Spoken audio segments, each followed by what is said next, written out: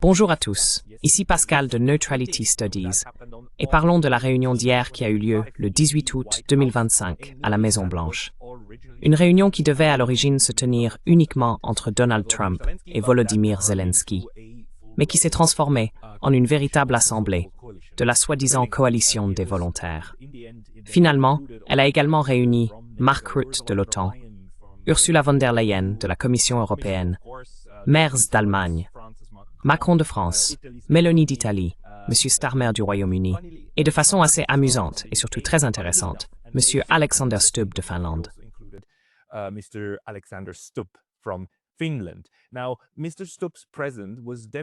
présence de M. Stubb était sans aucun doute la plus étrange. Je veux dire, la présence des autres est tout à fait compréhensible. D'un côté, on retrouve les trois plus grandes économies de l'Union européenne. Il y a le Royaume-Uni, il y a les représentants de l'OTAN et de l'ULPA. Mais alors, pourquoi Stubb? Pourquoi la Finlande? Et c'était tellement étrange que M. Stubb, vers la fin de la réunion, lorsqu'il a pris la parole, a même dû s'expliquer. Et pour moi, il n'est toujours pas clair quel était exactement le but de sa présence. Il a dit que c'était à cause de la longue frontière qu'il partage, 1300 km. Il l'a même expliqué en termes américains, n'est-ce pas?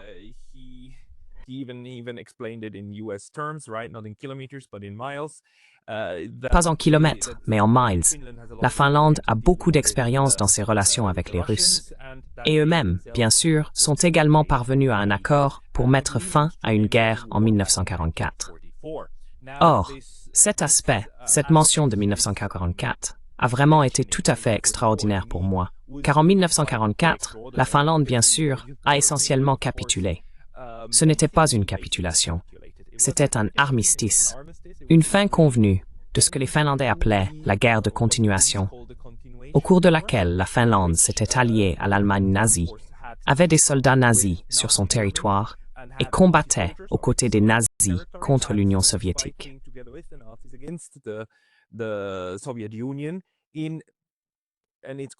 Et on l'appelle la guerre de continuation pour eux, parce que c'était la deuxième guerre contre l'Union soviétique.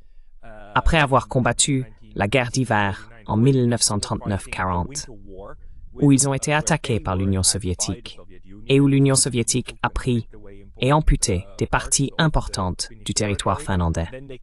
Ensuite, ils sont parvenus à un armistice. Et lorsque les Allemands ont attaqué l'Union soviétique, les Finlandais se sont alors joints aux Allemands pour attaquer de nouveau.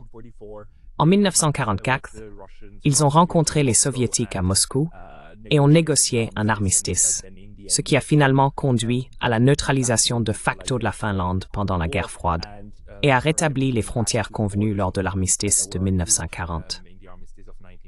Donc, d'un côté, il s'agit d'un contexte historique très inquiétant qui éclaire peut-être ce qui se passe actuellement.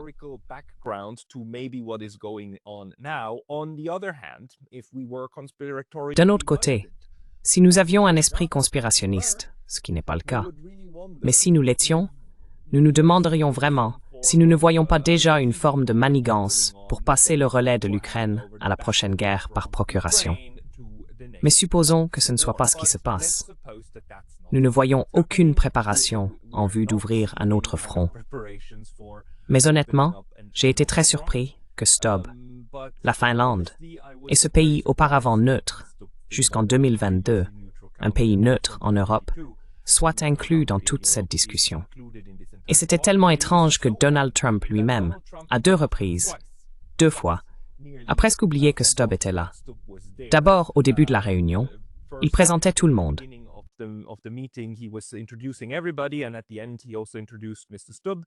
Et à la fin, il a également présenté M. Stubb. Mais ensuite, il a regardé autour de la salle et a dit « Où est-il? Où est-il ?» Alors qu'en réalité, M. Stubb était assis juste en face de lui. C'était une longue table, vous pouvez la voir ici, n'est-ce pas? Une table relativement longue. Et M. Stubb, c'est ce monsieur ici, était assis juste à côté de Volodymyr Zelensky et pratiquement en face de Donald Trump. Donc Trump connaissait manifestement pas son visage. Dans la seconde partie, Trump a donné la parole à chacun de ses soi-disant dirigeants et les a laissés parler un peu. À la toute fin, Il était déjà en train de conclure la réunion quand il s'est rendu compte qu'il avait oublié Stubb. Puis il a dit « Bon, à vous ».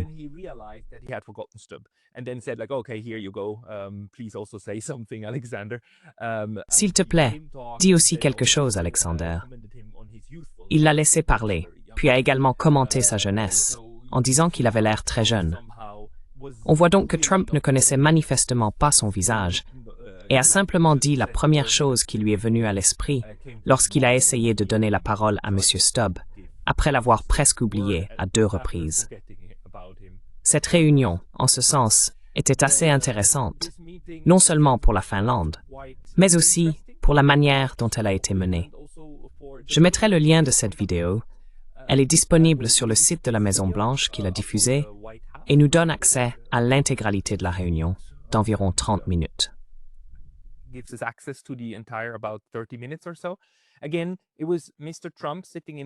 Encore une fois, c'était M. Trump qui était assis au centre et qui donnait ensuite la parole, un par un, à chacun de ses participants, qui essayaient alors de faire valoir leur point de vue. C'est à ma connaissance, ainsi que toute la réunion entre ces personnes a commencé. Ils sont ensuite passés à des délibérations privées. Cela fait également suite à une rencontre en tête-à-tête entre l'équipe de Donald Trump et celle de M. Zelensky. Ils avaient donc déjà eu une discussion qui comprenait aussi, comme nous l'avons appris, une carte du champ de bataille que Donald Trump avait apparemment préparée et à laquelle M. Zelensky a fait allusion en disant « Merci beaucoup d'avoir évoqué cela. Cela a été très utile. »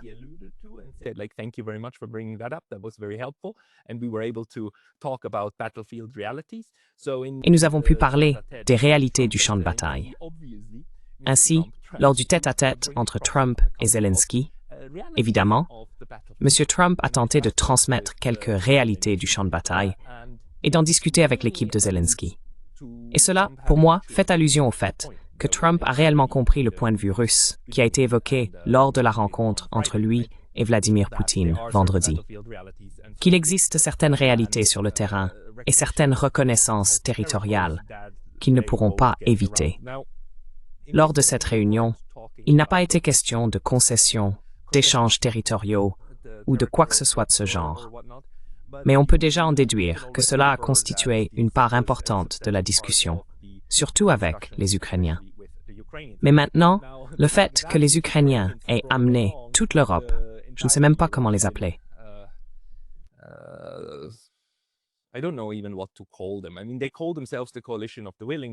Je veux dire, ils s'appellent la coalition des volontaires, parce que, bien sûr, tous les membres de l'OTAN ne soutiennent pas ce qui se passe. Nous savons que la Hongrie n'est pas du tout favorable. Nous savons que la Slovénie n'est pas favorable. La Slovaquie n'est pas favorable à ce qui se passe. Et ici, nous avons les principaux responsables de la prolongation de la guerre. Maintenant, la façon dont ils essayent de se présenter, c'est bien sûr comme des gens qui n'ont jamais espéré autre chose que la paix. Et puis, ils se lancent dans leur habituel réquisitoire sur le fait que la Russie est responsable de tout cela. Mais ils le font d'une manière intéressante, car les Européens comprennent que Donald Trump entretient désormais une relation de plus en plus bonne avec Vladimir Poutine, avec les Russes.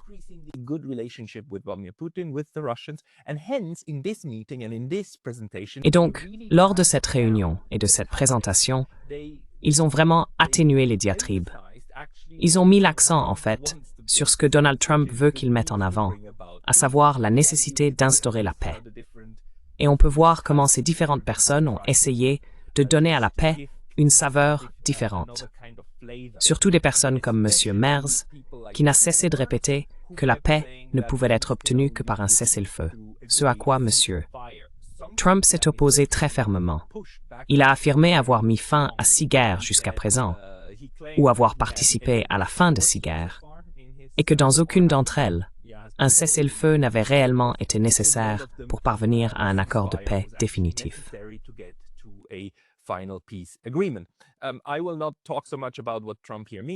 Je ne vais pas trop m'attarder sur ce que Trump entend par ces 6 guerres. Il inclut aussi, par exemple, l'Arménie et l'Azerbaïdjan comme un excellent exemple de la manière dont il a obtenu un accord de paix. Il fait référence, bien sûr, à la signature de cet accord, une sorte de lettre d'intention, récemment à la Maison-Blanche, entre l'Arménie et l'Azerbaïdjan. Mais là, vous savez, cette guerre était déjà terminée. Les tirs avaient déjà cessé, n'est-ce pas? Il n'y avait plus de combat au moment où l'administration Trump est intervenue. Donc, laissons celle-ci de côté et permettez-moi de parler davantage de ce que nous apprenons sur la relation entre les États-Unis et l'Europe.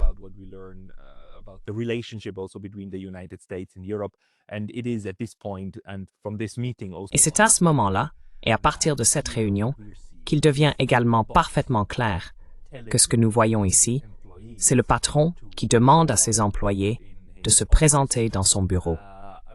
Apparemment, il ne voulait parler qu'à l'un des employés, mais ils sont tous venus, et il a tiré le meilleur parti de la situation. Il en a donc fait une réunion de conseil d'administration, car c'est plus ou moins ce qu'il a mené.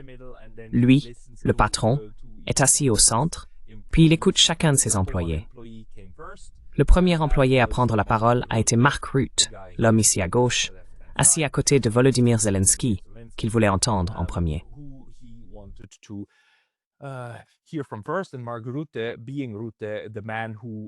Et Mark Rutte, fidèle à lui-même, l'homme qui a qualifié Donald Trump de papa, n'est-ce pas, celui qui doit s'occuper de ses enfants, a recommencé en louant Donald Trump et en vantant ses mérites. En retour, Donald Trump a qualifié Mark de très bon et lui a dit « bien joué ». Il lui a parlé non pas comme à un enfant, mais vraiment comme à un patron, vous voyez, comme à l'un de mes subordonnés qui excelle dans l'exécution, dans ce qu'il fait. C'était assez extraordinaire. Et encore une fois, Rutte s'est lancé dans des éloges très appuyés, affirmant que c'est l'effort de Trump qui provoque le changement ici, qui met fin à une impasse. Il dit que Trump a mis fin à l'impasse avec la Russie parce que les Russes n'étaient pas disposés à négocier. C'est ce que les Européens essayent actuellement de faire croire.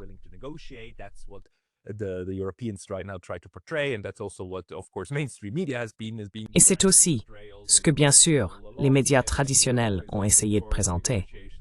Bien que les Russes aient toujours dit « nous sommes toujours ouverts aux négociations, toujours ouverts aux discussions, parlez-nous simplement ». Et en réalité, ils l'ont fait. Je veux dire, si vous affirmez que la Russie n'était pas disposée à négocier, ce n'est tout simplement pas vrai. Le chancelier d'Autriche, en 2022, c'était vers juin, ou je crois que c'était autour de juin, s'est rendu à Moscou et a été en fait le premier dirigeant de l'Union européenne à rencontrer Vladimir Poutine depuis février 2022. Le chancelier d'Autriche y est allé. Les Russes n'ont jamais refusé les négociations diplomatiques. Ils ont seulement refusé le cessez-le-feu, le retrait et les conditions de reddition que les Européens avaient posées.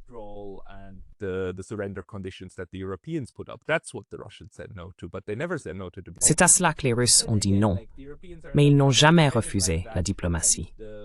Mais encore une fois, les Européens essaient maintenant de présenter les choses ainsi. Et les personnes présentes ici, également von der Leyen et surtout Meloni, elle a souligné que c'est bien sûr la grande habileté diplomatique de Donald Trump qui ramène les Russes à la table des négociations. Et Trump, je veux dire, il aime évidemment les compliments et il a apprécié cet éloge. Monsieur Rutte est très doué pour le complimenter. Et ensuite, on peut voir que lui et tous les autres, tous en fait, soulignent qu'ils sont reconnaissants que les États-Unis aient accepté d'accorder des garanties de sécurité.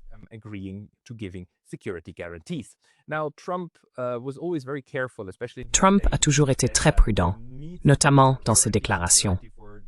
Il a dit qu'il fallait de la sécurité pour l'Ukraine, et que les États-Unis feraient leur part, mais que ce sont les Européens qui, bien sûr, doivent intervenir en premier lieu.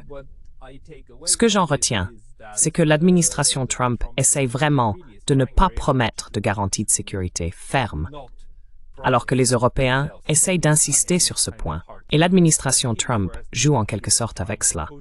Donc il leur accorde un peu et dit en gros, « D'accord, vous voulez des garanties de sécurité. »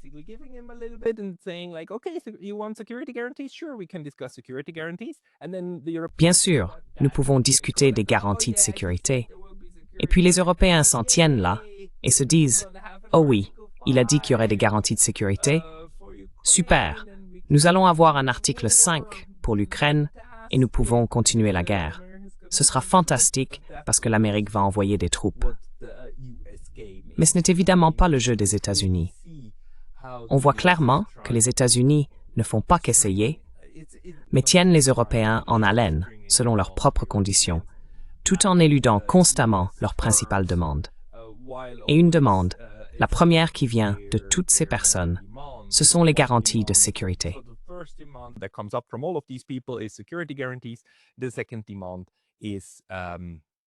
La deuxième exigence concerne le cessez-le-feu. Ce n'est pas un point sur lequel tout le monde a insisté. Là encore, c'était surtout Merz et von der Leyen qui réclamaient un cessez-le-feu. Les autres ont un peu laissé tomber cet argument, du moins dans leurs déclarations directes et télévisées. Ils étaient bien sûr tous très conscients que les caméras tournaient et qu'il fallait faire très attention à ne pas offenser le président américain. N'importe où, mais surtout en présence des médias. Il faut donc prendre tout ce qu'ils ont dit avec beaucoup de recul. Mais on voit bien comment ils ont essayé, en gros, de satisfaire le patron. Ils voulaient vraiment plaire au patron.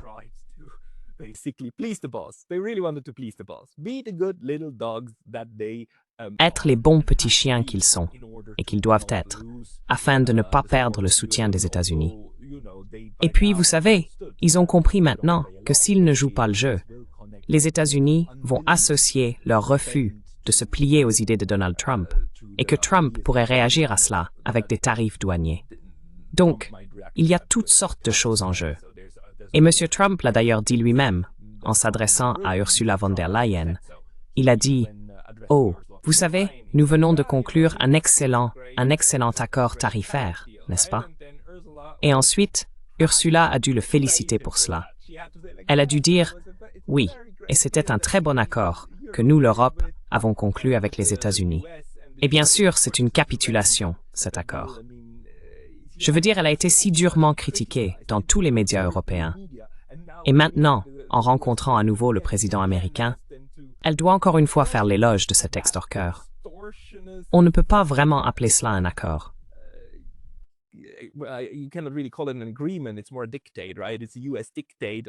C'est plutôt un diktat, non? C'est un diktat américain sur les conditions dans lesquelles les États-Unis permettront encore aux Européens d'avoir une forme d'échange commercial avec eux. Mais elle a dû le louer, n'est-ce pas? Donc en réalité, on voit les satellites. On voit les chiens obéissant autour, le chien numéro 1 étant Margaret, n'est-ce pas? Mais il y a aussi tous les autres. Le chien d'attaque, M. Zelensky, qui se retrouve maintenant dans une position très délicate, va évidemment être poussé à céder à de nombreuses exigences russes et aussi sous pression des États-Unis, car les États-Unis veulent mettre fin à la guerre par procuration. Du moins, c'est ce qu'ils disent.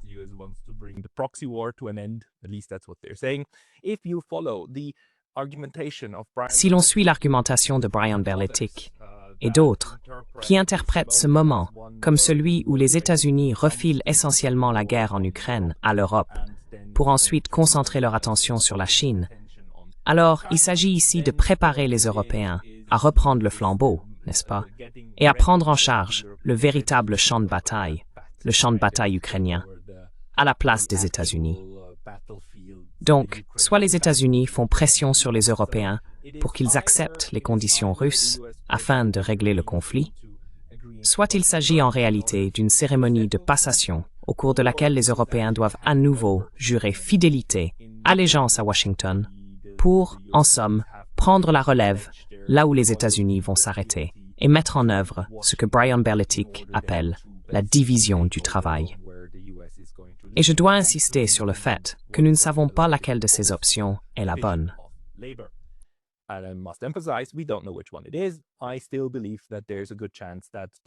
Je continue de penser qu'il y a de fortes chances que les États-Unis, l'équipe de Trump et son entourage, cherchent réellement à parvenir à une véritable entente entre grandes puissances sur la vision du monde, à se répartir les sphères d'influence, puis à recommencer à conclure des accords avec les Russes.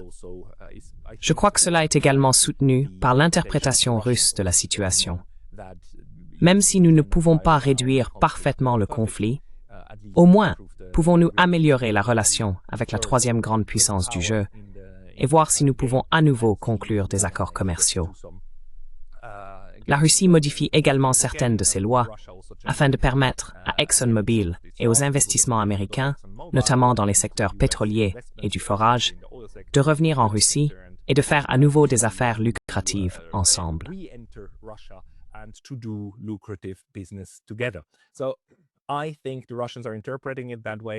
Donc, je pense que les Russes l'interprètent de cette manière.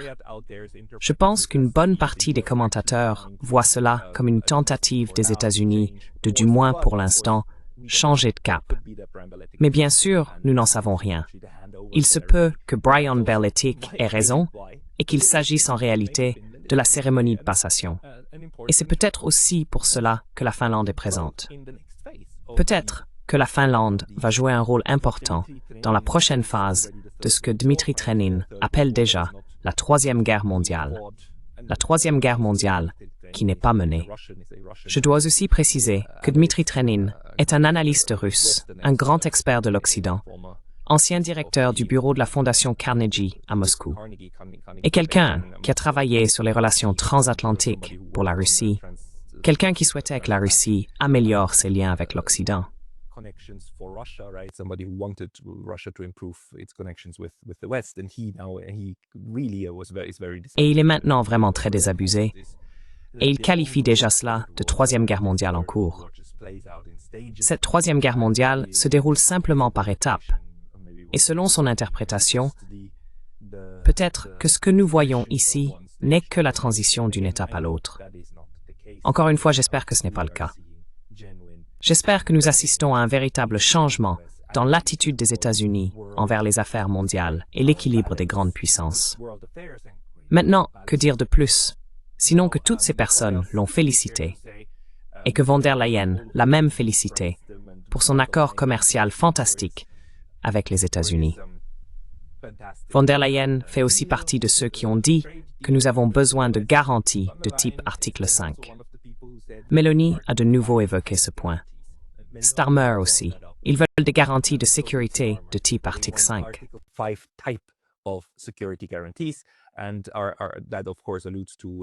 Et cela, bien sûr, fait allusion à l'article 5 de l'OTAN, qui est l'article stipulant que si l'un est attaqué, alors tous sont attaqués.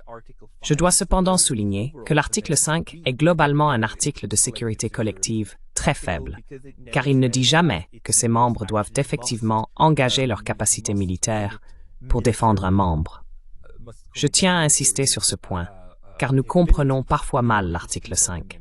L'article 5 ne dit pas que si un membre de l'OTAN est attaqué, tous les autres membres de l'OTAN doivent soutenir militairement ce membre. Il dit qu'ils doivent faire tout ce qui est possible, y compris des mesures militaires. Ils peuvent faire tout ce qu'ils veulent, y compris des mesures militaires. Il n'y a pas d'automatisme. Ils sont autorisés à aider militairement, mais ils n'y sont pas obligés s'ils ne le souhaitent pas. Ils peuvent soutenir d'autres manières.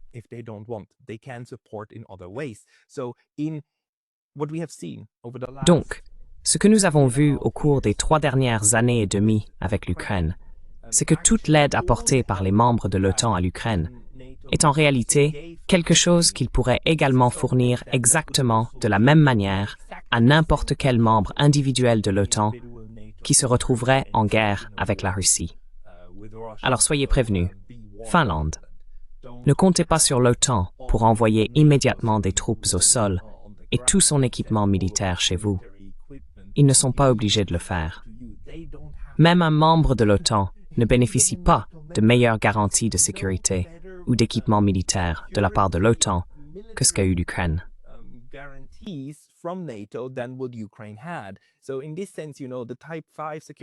Dans ce sens, vous savez les garanties de sécurité de l'article 5 et les garanties de sécurité en général relèvent en grande partie aussi de la posture diplomatique. Car encore une fois, ils ne sont pas obligés d'envoyer des forces militaires. Ils ne sont pas obligés d'envoyer des troupes s'ils choisissent de ne pas le faire, même en vertu de l'article 5. Mais en gros, ce qu'ils demandent, c'est d'accorder à l'Ukraine quelque chose que la Russie a déjà exclu, n'est-ce pas? la Russie a clairement déclaré « Nous considérerions une adhésion de l'Ukraine à l'OTAN comme une ligne rouge absolue ». Cependant, la Russie a dit qu'elle était ouverte à un cadre de sécurité et à la prise en compte des préoccupations sécuritaires de l'Ukraine.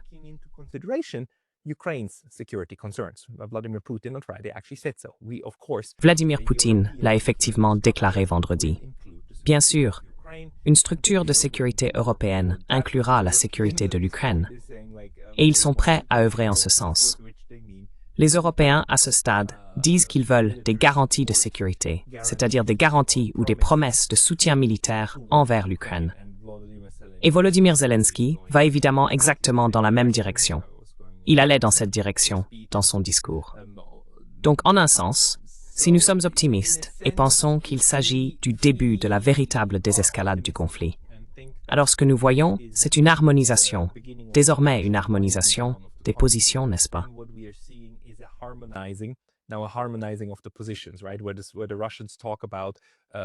Là où les Russes parlent de sécurité indivisible et d'une structure de sécurité pour tous, et où les Européens parlent encore de garanties de sécurité. Et ces garanties devraient alors être que les États-Unis promettent d'envoyer et d'engager leurs troupes et leurs capacités militaires en Ukraine. Nous passons de là à quelque chose qui, au final, doit être beaucoup plus proche de la position russe. Comprendre réellement les garanties de sécurité dans un sens plus large, comme une garantie que la structure de sécurité tiendra.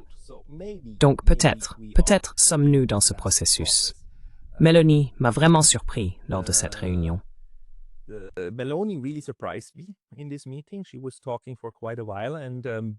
Elle a parlé pendant un bon moment et encore une fois a accusé la Russie de ne pas vouloir négocier, tout en remerciant Trump pour sa volonté de s'engager en faveur de l'Ukraine.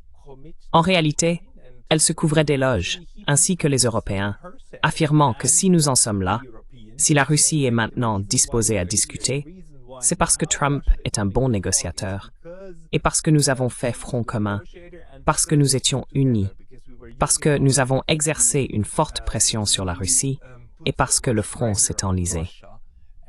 J'ai trouvé cela assez incroyable. Il y a une impasse sur le champ de bataille, donc les Russes se sont heurtés à un mur, et parce que les Européens ont érigé ce mur, maintenant les Russes sont obligés de négocier.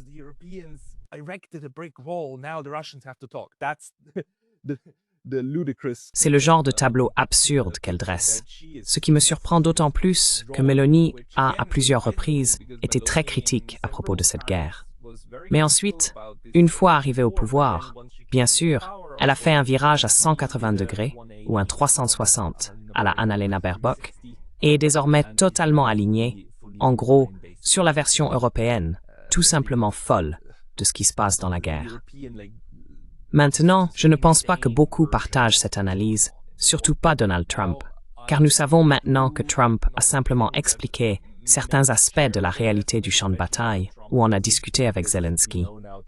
Je ne pense pas que les États-Unis voient du tout les choses de cette façon.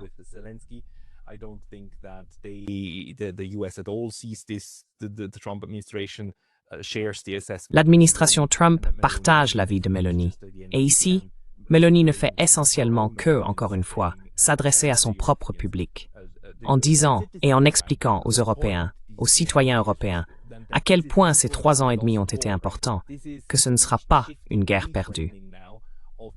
C'est la nouvelle manière de présenter ce désastre, cette catastrophe totale pour l'Europe, dans laquelle ils ne sont eux-mêmes que des participants de second ou de troisième ordre dans une guerre par procuration menée par les États-Unis.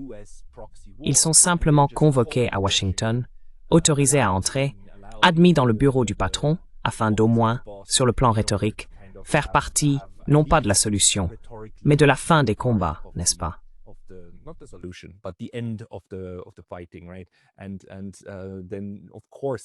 Et puis, bien sûr, ils ont maintenant besoin de présenter cela non pas comme l'échec que c'est, mais comme le résultat de leur brillante stratégie de résistance face aux Russes et d'édification d'un mur de briques. Donc, en réalité, pour les Européens aussi, il est important que cette guerre se termine par un règlement négocié avant que les lignes de front ne s'effondrent complètement, ce qui est en train de se produire en ce moment.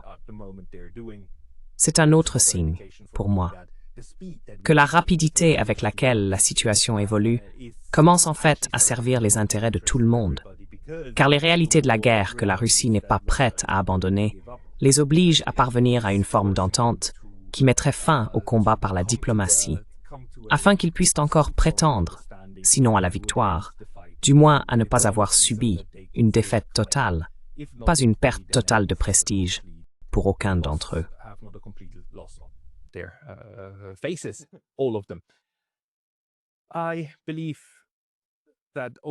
Je pense qu'en fin de compte, cette réunion a été un succès pour Donald Trump, car il a pu exhiber ces personnes à sa guise. Il peut encore faire semblant que l'unité tient bon, et il peut clairement signaler à la direction des États-Unis que l'OTAN n'est en réalité qu'un simple bras subsidiaire de la politique étrangère américaine. Et il tient le secrétaire général de l'OTAN en laisse très courte. C'est en fait très utile. C'est aussi utile vis-à-vis des Russes, qui bien sûr observent cela. Et si Donald Trump n'avait pas été capable de diriger ces personnes, alors cela aurait, à mon avis, suscité des doutes à Moscou sur la réussite de tout accord final, sur ce qui va se passer, s'il compte de toute façon saboter cela.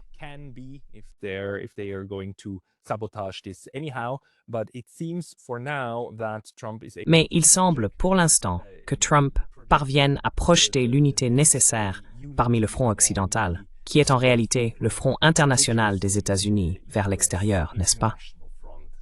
Et il parvient en gros à impliquer tout le monde, même Macron et d'autres, ainsi que Starmer, qui proposent parfois des idées très extravagantes, comme l'envoi de troupes au sol en Ukraine, etc. Mais ils ne l'ont pas fait.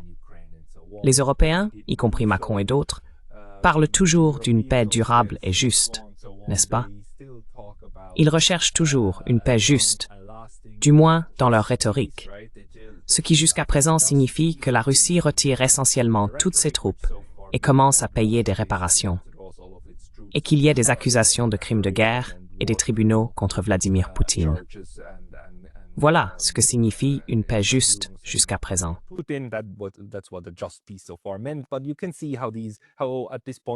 Mais vous pouvez voir comment, à ce stade, ces mots, ces segments, sont simplement repris pour ne pas complètement abandonner, pour affirmer qu'il y a une cohérence dans le temps. Nous voyons aussi qu'il y a un processus clair en place, encore une fois, parce que M. Trump a dit au début que la prochaine étape serait une rencontre bilatérale entre Zelensky et Poutine, et qu'il est prêt à faciliter cela. Et puis en fait, après cette rencontre, il a même appelé Vladimir Poutine et a ensuite dit aux médias que M. Poutine avait accepté qu'il y aurait une rencontre. Cela a maintenant été confirmé aussi par les Russes. M. Ushakov, l'assistant de Vladimir Poutine, a effectivement confirmé qu'il y avait eu un appel téléphonique et que les Russes étaient disposés. Comment formule-t-il cela ici?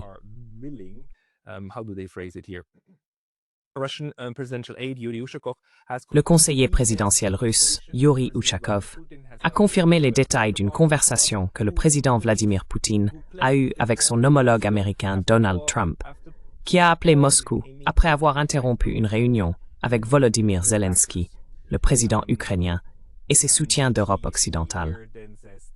Ushakov indique ensuite qu'il existe un accord prévoyant une forme de rencontre ultérieure entre l'Ukraine et la Russie. Il n'est pas encore tout à fait clair s'ils se sont mis d'accord sur une rencontre au niveau présidentiel, mais dans une large mesure, un accord a été trouvé.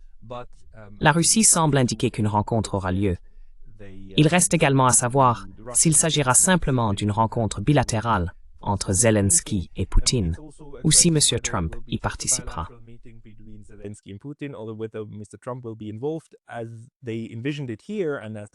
Tel qu'ils l'ont envisagé ici, et tel qu'ils en ont discuté à cette table avec les médias, ce que M. Trump souhaiterait voir, c'est d'abord une rencontre bilatérale, Poutine et Zelensky, puis une rencontre trilatérale incluant lui-même, Poutine et Zelensky.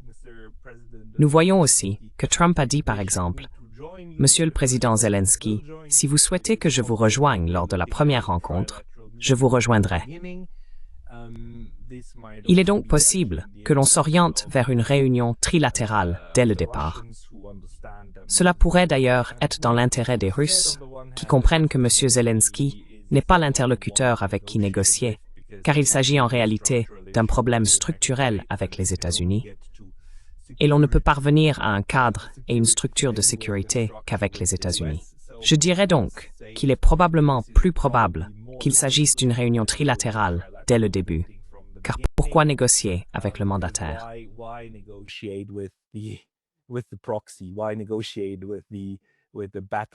Pourquoi négocier avec le fournisseur du champ de bataille, alors que ce que vous voulez vraiment, c'est négocier avec l'interlocuteur pertinent dans le conflit structurel réel? Mais on peut voir que pour les États-Unis, la prochaine étape du processus consiste à engager des négociations directes entre les dirigeants de haut niveau. Nous savons également que les Russes ne sont pas vraiment favorables à cela. Ils préfèrent que toute négociation se fasse aussi sur un plan technique, et ils exigeront à coup sûr des négociations à ce niveau.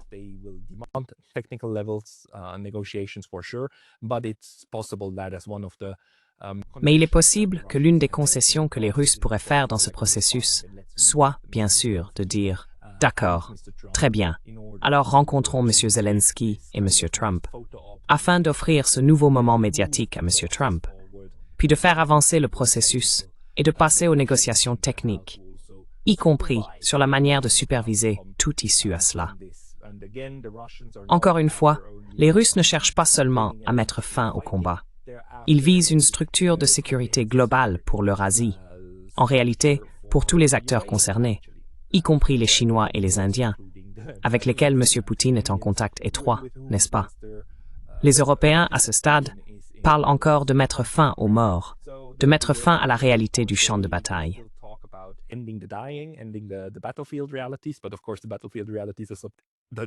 Mais bien sûr, la réalité du champ de bataille ne leur est plus favorable. Et je suis très heureux qu'ils le reconnaissent. Je suis heureux qu'ils disent qu'il faut mettre fin à l'hécatombe. Cela aurait simplement été très appréciable qu'il l'ait dit en avril 2022, lorsqu'il y avait presque un accord qui aurait pu arrêter toutes ces morts. Mais ce sont alors les Britanniques et les Américains qui, bien sûr, ont torpillé cet accord entre les Russes et les Ukrainiens.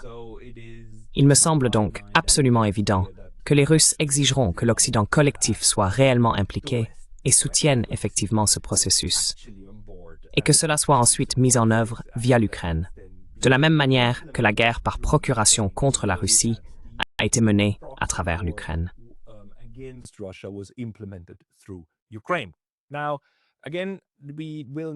Encore une fois, nous devrons étudier pourquoi M. Stubb était présent et quel était son rôle. Je vais en discuter très prochainement avec des collègues finlandais. Si l'un d'entre vous a plus d'informations sur ce que cela pourrait signifier, n'hésitez pas à me laisser un message et à partager vos réflexions dans les commentaires.